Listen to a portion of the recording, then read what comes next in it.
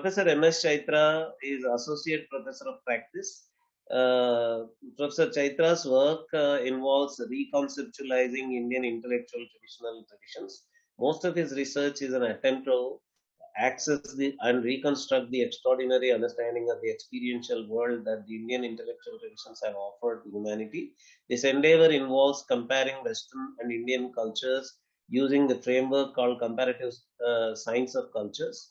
He started his professional life as a biologist and who specialized in molecular genetics, ecology, and evolutionary biology. Before starting his work in social sciences, he worked with Wildlife Institute of India, Dehradun, the Center for Ecological Sciences, and the Indian Institute of Science, Bangalore. He is one of the founders of the initiative called Arohi Research Foundation, and he served as a senior fellow at the India Studies Unit at CES, Bangalore.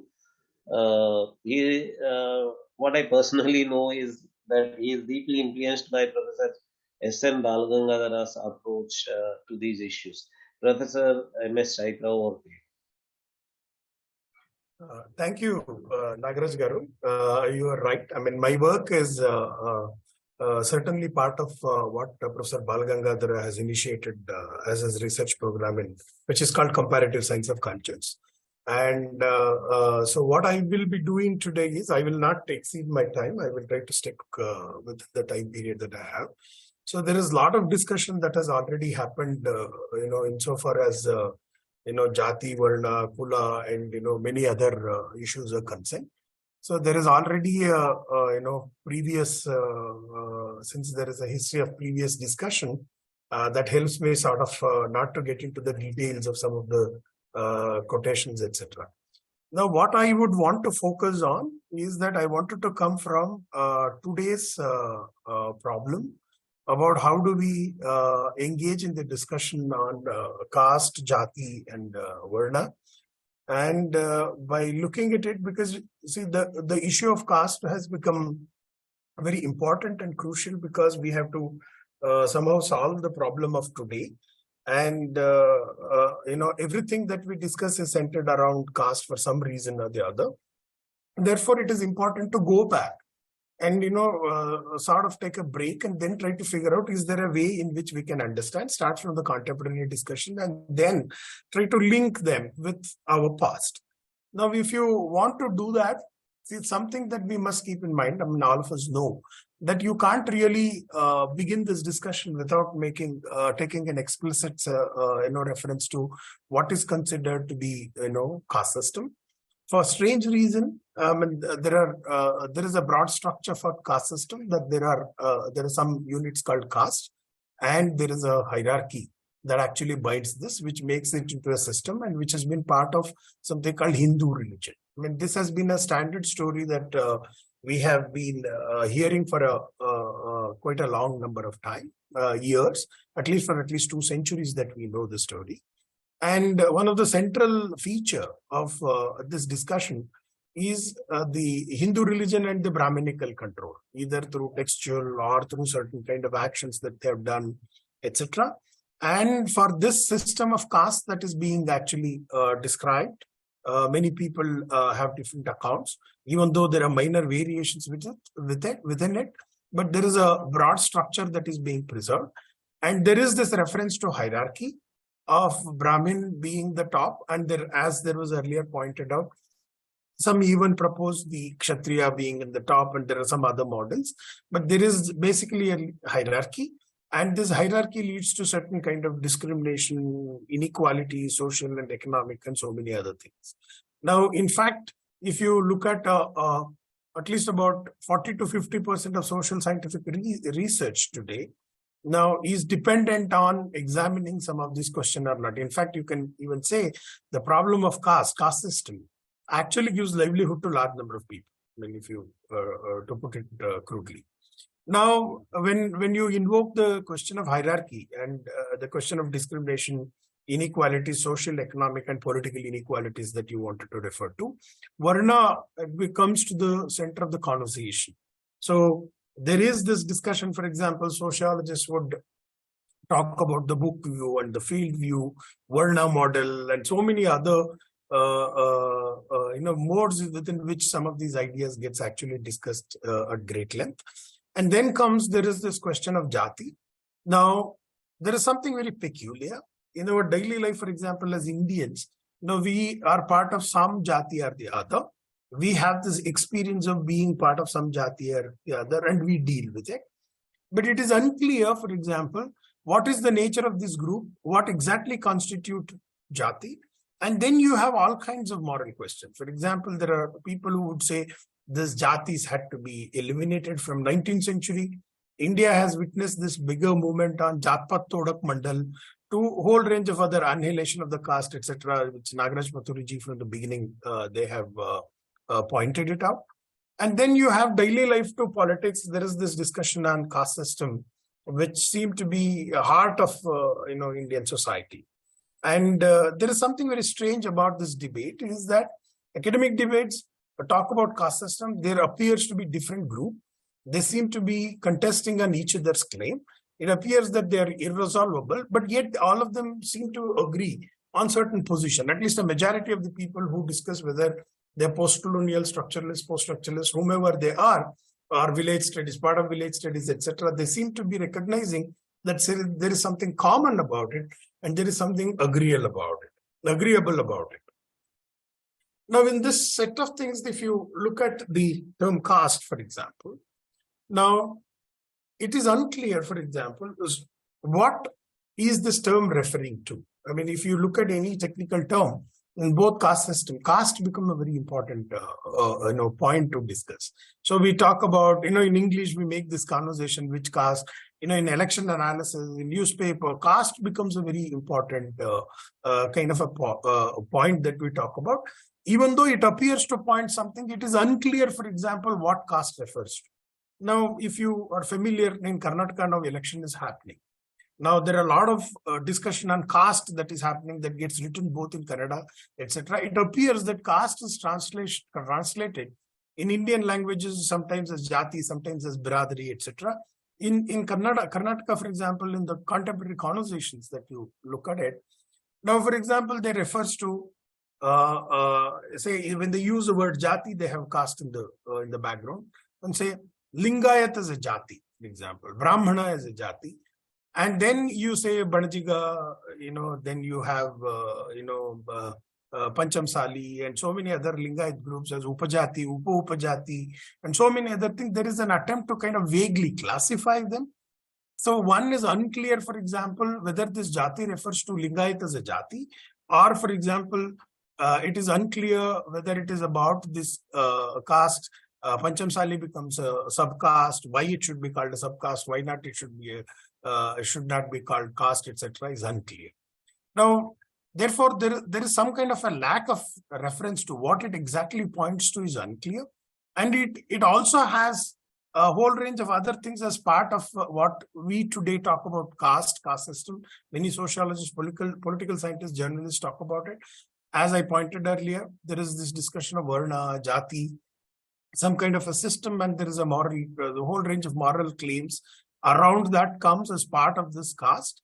Now, it is unclear, for example, whether the caste really points to Varna or Jati, and sometimes it appears to be both. So if you look at the last 200 years, now whether, Abhay Dubois to, you can come to Wendy Doniger, to anybody else, for example, there is this recurrent reference to, one of this key point, saying that there was one point in time in 18th century, caste was a word that was used to Varna, and later it was used to Jati at some point in time. Now it is interchangeably used.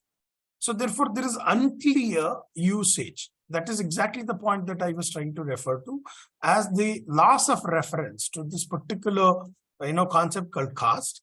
And now there is this bigger issue that, okay, I can understand that Europeans, when they have come, when they were trying to understand diverse groups that were existing in India, when we Indians talk about it, we also actually make a lot of judgments, a lot of claims, a lot of evaluative claims about, this group called caste. Therefore, we really can't make sense of what the caste is. Now, if you go back, as my previous speaker was pointing out to, that there is a deeper relationship to an attempt to classify the caste, as part of the census activity, and the way that we today talk about caste, there is some kind of a deeper relationship. That is why Indians seem to have picked up through sociology, political science, and various other domain, and now it has become more or less a common sense kind of a conversation. Now, as our earlier speaker has pointed out, that it is British who actually started looking at it, but there are also other people who point out there is something called collaborationist thesis, that some would even allege that the munshis or the upper caste Brahmins, they put together some kind of a system which did not exist, and they created something called caste. And there is also this description of saying how Portuguese people used, etc. But one thing one can certainly say, irrespective of whatever dispute it is, we cannot really pinpoint and say what caste is really pointing to in Indian social reality that we have, the way that we live. Second, it seemed to be making sense to Europeans for more than 2 centuries. This discussion on caste appears to make sense to them. They can refer to it. I think they have taken centuries of investment in thinking about it. Therefore, one can actually very clearly say that it may or may not, it actually won't refer to anything that is Indian, but there is some kind of an European experience that is involved in when you look at the discussion on caste and caste system. Therefore, the whole foundation, rightly so, the title of the book that Duncan, Prakash and others edited is The Western Foundation of the Caste System. In the sense, the whole discussion that we have about the caste and caste system is fundamentally derivative of what Europeans have thought about. In the sense, whenever we actually engage in the discussion on caste system in India, even if you replace that with some Indian word like Jaati, Kula, etc., we more or less reproduce European experience. And this is true insofar as Europeans' experience is concerned, and it actually doesn't tell us anything about what we have. For example, if you go and ask, is Lingayat a caste, for example, we don't even know how to ask, and we don't even know what kind of an answer could be a good answer and what kind of an answer could be a bad answer. So in that way, it is almost not possible to make any kind of an inquiry about this notion called caste.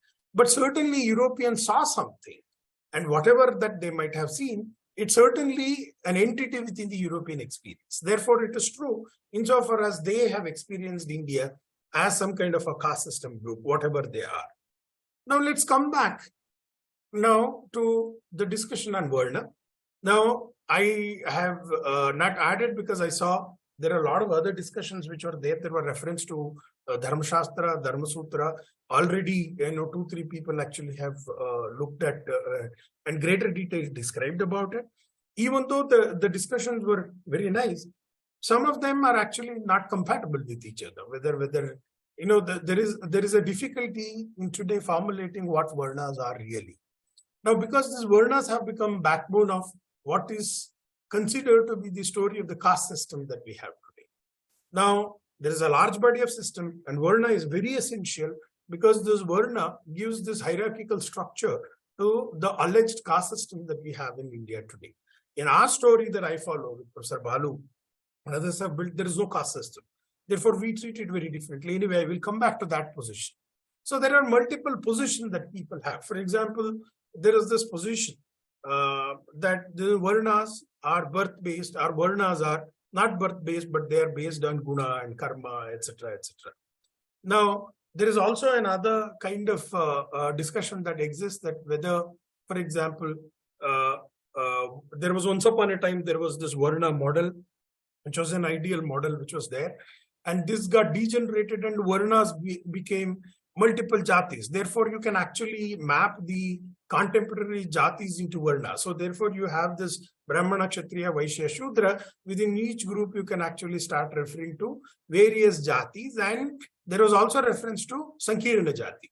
So there were some Jatis which have actually moved from one Varna to another. There were mixtures, etc. So many things have happened. But see, none of these stories can be defended because you can always have a counter evidence for every story that you have. Now, the social scientists actually have ran into a lot of problem holding on to Varna system. There is something very peculiar in the way that the contemporary social scientists in India actually looked at the Varna model. So one of the best case that you have to understand this is the sociological studies in the caste that emerged. So there is this Louis Dumo, M.N. Srinivasa, Veena Das, Dipankar Gupta, Nicholas Dirks, Quigley, and there are a range of other scholars who have been engaged with it, and they ran into these various problems. For example, if you look at M.N. Srinivasa's work, M.N. Srinivasa has spent a lot of time in doing the village studies, wherein he was trying to understand certain elements of the caste as part of the village. So one of the things that you can recognize is he's looking at certain groups. For example, he studies in Rampura village and so many other village. See, he is looking at the Vakaliga group, Lingayata group, Brahmana group, etc. There are various other subgroups within that. So he broadly classifies them as caste. And then he tries to make sense of hierarchy. He presumes that there is a particular kind of hierarchy that is available within that. Each of the study he recognizes, for example, this Brahmana, Kshatriya, Vaishya, Shudra, this hierarchy that you have Brahmana at the top and the Shudra at the end, this is something that is not helpful in accounting local level hierarchies. In fact, there are many scholars, for example, if you look at the studies of hierarchy, you would realize that how to even decide hierarchy. Some people would even say there are difference in ritual hierarchy, economic hierarchy, social hierarchy, etc. The people actually debate about it. People also debate that this Varna, for example, does not have a serious implication when you actually empirically study a particular society in a given place. In fact, M.N. Srinivasa to any number of scholars and sociologists have repeatedly, given a plea saying that you have to leave this Varna model in order to make sense of the society. So if you hold on to this Varna model, now you can't explain the society, but at the same time, they all come back and say Varna is very important. Otherwise, you can't actually give a national level phenomena or a regional level phenomena. There is a broader regional level hierarchy that requires this Brahmana, Kshatriya, Vaishya, Shudra. There are some people who said, as earlier speakers have pointed out, that sometimes Brahmana is considered to be the top of the hierarchy. Some have actually found out that Kshatriya is a hierarchy. Some have even proposed multiple complicated models of hierarchy. But nonetheless, Varna models appear to serve as the backbone of this hierarchical system, which is actually responsible for all kind of discrimination, all kind of ills, immoral things of Indian society, etc. But the same sociologists invariably come back when they want to actually study hierarchy at the local level. Now, they find it very difficult to use this hierarchical model derived out of Varna and then account for the kind of hierarchical structure that exists. In fact, there is also discussion about there exists hierarchy and heterarchy at the same time. They work in a very different way. The way that we talk about Brahmana to Shudra model of hierarchy doesn't exist anywhere, is one important position that large number of sociologists used to say. But what happens is that when they were actually trying to make bigger claims, all these inferences that they were drawing actually disappear from that. You can read, for that matter, M.N. Srinivasa, Veena Das, Dipankar, any number of scholars who have looked at hierarchy. You will understand, and they try to give account of why this hierarchy comes into being. But one thing is very clear that you can understand. You get hundreds of papers which say that Varna model cannot be used to actually make sense of hierarchy when you actually look at a living society. This is one of the very key important issue. But they all invariably agree that this is useful at national level, pan-India level. You need some kind of a model. Now, see, this is a kind of a crux. When you know that this kind of a model doesn't work, you need to make some correction, you need to do something. You are sustaining this model of caste system when you know that it is inadequate. It cannot account for what happens in our world, what is running in our part of the world. So therefore, there seemed to be a crisis, and now this crisis seemed to have disappeared over a period of time, that now this Varna, Brahmana, Kshatriya, Vaishya, Shudra, the Brahmanical hierarchy model, seem to have more or less from late 90s onwards, it has been settled. So therefore, more or less everyone agrees with that. Now, this leads to another important, there is this discussion about the immorality of the caste system. In order to talk about the immorality of the caste system, it is fundamentally important to sustain and retain this Varna as the backbone of the caste system. Otherwise, it is almost not possible to account for the kind of discrimination. To give you an example, for example, see, there are any number of instances of alleged discrimination, rape, murder, so many other things that happen. But the moment, a Dalit is involved, then suddenly it looked seen as a different phenomena than the normal kind of a crime that happens in the world. I mean, if you try looking at, for example, a crime is a crime, irrespective of who is party, and then can caste system account for that? Is a very difficult phenomena to do it. We can keep showing anomalies, saying that caste system at an all India level cannot account for all this immorality, immoral claim that makes. Of course, there are a large number of instances which are there at local scale. For example, let's say there is the X Jaati which is treated as something, say, untouchable and not allowed into the temple. The same X Jaati, for example, you travel 200 kilometers, go to another temple where they play a very central role inside the temple. So there is all kind of diverse way in which the achara and social transactions function, and to define an all India structure in the name of caste system is almost inadequate. I mean, you cannot demonstrate it, and you have more anomalies, more problems to this model than anything else. But yet the Varna model, though, despite the fact that it doesn't help us to understand something that is operational at a living society, yet is sustained. Now, the most significant part, if you look at in sociologists, for instance, Indologists and other Sanskrit scholars, for example, refer to this book view. Sociologists refer to this term book view and field view. Indologists actually talk about the book view. They draw this Varna model from something in various texts. Now, there is something extraordinary about the way that they look at this book view. Now, as you have already seen, the previous speakers have pointed out, Udumudiji, Nitin Sridharji, all of them, there is a huge body of the text. There are texts, I mean, the reference to Veda, reference to Varna begin at Vedas, and then you have a clear-cut formulation of these kind of discussion taking shape in Dharma Sutra. There are 4 Dharma Sutra, and then comes the Manu Dharma Shastra and the Yajnavalkya Smriti. Now, if you look from the 4 Dharma Sutra to Yajnavalkya Smriti, there seems to be a very consistency in which there is this discussion of Chatur Varna that is happening very clearly. You can cognitively point it out how ideas actually evolving. After that, they seem to be changing very drastically differently. And then you have a whole range of other kind of texts which are coming up, other class of texts, and then you have Vyakhana Sampradaya and whole range of things. Now, this process has taken roughly around 2,500 to 3,000 years, within which the textual corpus has evolved. But it appears that when you are actually when you are trying to examine, what is Chaturvarna, how the idea evolved, etc. Somebody quotes, Apastamba or Bodhayana or somebody, and suddenly comes to Sheshakrishna, somebody else, come to some latest text of 16th century, 17th century, and put all of them together as though there is no time change that has happened and there is no refinement has happened. This kind of an attitude of saying simply clubbing all kinds of texts together to arrive at some kind of a conclusion is not a disciplinary practice. It is not a knowledge practice. But this is considered to be a kind of a standard practice that exists, number one. Second, there is some point in time, there is this idea that Varna, a social class, became a common sense. By 19th century, it was already a kind of a common sense by the British, and now we all talk about Varna as a social class. Now, one of this question is that what is a social class, for example? And do we have social classes in India? If you ask this, if you ask any good sociologist in India who is saying, can we talk about social classes in India? It is very difficult to talk about social classes in India. Now, in order to, why I'm saying this, because this is the social class is a very technical word. I mean, there is a specific kind of, understanding of what constitutes social class. What make a particular class into social class is something is technically strict. I mean, people have engaged with. Europe has a particular notion. There was some reference to various estates, etc., etc.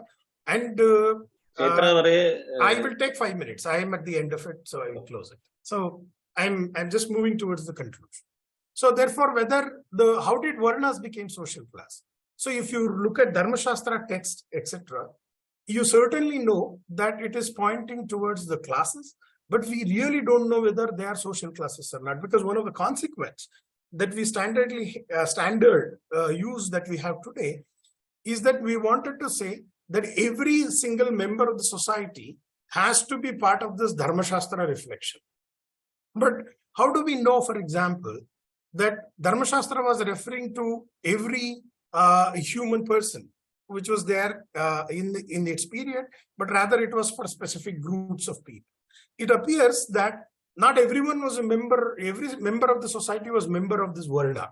That is how, at least for example, Dharma Sutra 2, Yagnavalkya Dharma Shastra, if you look at Chaturvarna's definition, so a large number of people have nothing to do with Varnas. They were different kinds of group. And what kind of groups were there? Why these groups were dealt with? Manu has a very detailed discussion of various groups. So, and these groups also had some kind of interaction with various kinds of Varna. And what is its nature is very confusing and not clear. And insofar as Jaati is part of our experience, there is huge confusion about what Jatis are. Now, there is something very interesting. If you, just to give you an example, see in the section on Jaati, for example, take for instance P.V. Kane's History of Dharma Shastra, you would start seeing that though there is reference to Jaati, but actually the discussion is from Dharma Shastra. Now we have found one of my students in our research group is actually, he is a Vyakarani, he is trying to actually keep Vyakarana as the center because there is an illustrious discussion from Mahabhashya to Nagesha on how to understand Jaati. And there are Buddhists, Nayayikas, and a whole range of other people who have contributed to this kind of conversation. There is pages and pages of literature. And that would be more helpful to understand Jaati than actually bringing the discussion on Varna. So, and as I pointed out, is Lingayat Jaati or Banajika Lingayat, or, any other group, Hoysal Karnataka Brahmana, and, and then you have Babur Kamme Brahmana, are these are Jatis? Are Brahmana are Jatis? We are unclear. There is also kind of a claim that there is this Jaati. I have used the word caste because this is derivative of caste. We keep imposing it on Jaati. There is some kind of an association that there is a claim to be made, but it is not demonstrable. Why should the Jaati and occupation have to be related? So if you look at sociological literature, there could be some Jatis in which there could be some association, but in general, Jaati and occupation is not very clearly associated. Same with one of our colleagues, Santosh Shetty, has worked on. Is there a social status and Jaati interrelated? The answer is no. And what kind of groups are Jatis? Now, as earlier speakers have pointed out, is it by birth? Maybe sometime. But there are any number of instances where people become member of a particular Jati without being born to that Jati. And endogamy, it is absolutely, very ridiculous to talk about endogamy. There are different kinds of restriction on marriage, but there are also, they are not there. In fact, one of the most striking things that you get in colonial archives is that these groups, which are allegedly what we are pointing to as Jati, were constantly changing. New Jatis were getting formed, Jatis were they were broken, all kinds of fluid structures were existing, and there is now enough evidence on that. Even whether it is marriage relationship, shifts from the ritual, what happens, we have a whole range of archives in Karnataka. We have looked at, for example, empirical evidences in the field studies that now we are conducting, where 4 generations back, they were one Jati, suddenly 4 generations later, they belong to different groups. But now with the legal status, with the entry of constitution to every village, I think we ran into the problem that we are actually trying to freeze Jatis. As if you belong to this Jati and you have to freeze, and we are unclear. For example, Brahmana becoming one Jati. And we are Hoysal Karnataka are a different Jati, Babur Kamme are a different Jati. And tomorrow you should, if they want to change, they should change. These properties are simply disappearing just because we don't have proper conceptualization of what Jatis are. So going further, just to conclude quickly, now, one thing is very clear from the outline that I have made, from the research that our team also has built, Professor Balu has actually developed on it, Prakash and others have done it, the caste system and caste is a European experience. It is not going to explain anything about India. In fact, if you study that, it will tell you more about why Europeans experienced India that way. It will give you more insight into European culture. Now, in order to go further, we need to have a hypothesis on Varna and various methods of studying text, because we carry a lot of assumptions. They may not be suited to study text. And we need to do a lot of exploration in reflecting upon Jati, because which is part of our experience today. We need to reflect about it much more deeply. And it is a comparative work because the existing stories, existing narrative that we have has to be dealt with. Therefore, a European description of various entities that we wanted to deal with, we have to first show that what Europeans and the standard story of social scientific research has been telling is not that. And then you say in experience how alternatively it is very different, and then start theorizing is what is the task ahead in front of us. With this story, I hope I made sense. With that, I stop here. Thank you very much. Thank you very much, Chaitra ji. That was really comprehensive and wonderful. And that explains why the word comparative study is used in Professor Balu's approach. And with the very good examples you brought it home very well.